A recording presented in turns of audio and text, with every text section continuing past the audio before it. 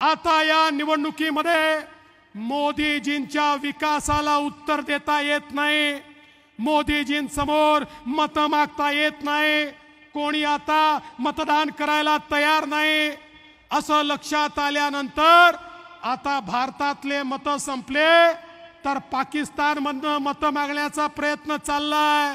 त्या ठिकाणी राहुल गांधींकरता पाकिस्तानचे मंत्री ट्वीट करतात, केजरीवाल करता पाकिस्तानचे मंत्री ट्वीट करतात।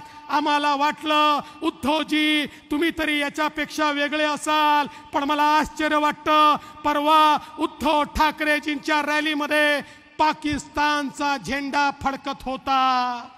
काय दुर्दैव आहे बघा, हिंदू हृदय सम्राट शिवसेना प्रमुख बाळासाहेब ठाकरे यांच्या सुपुत्राच्या रॅलीमध्ये मतांच्या लाचारी करता जर पाकिस्तानचा झेंडा फडकत असेल तर या ठिकाणी सर्व देशभक्त मोदीजींच्या पाठीशी उभे राहतील।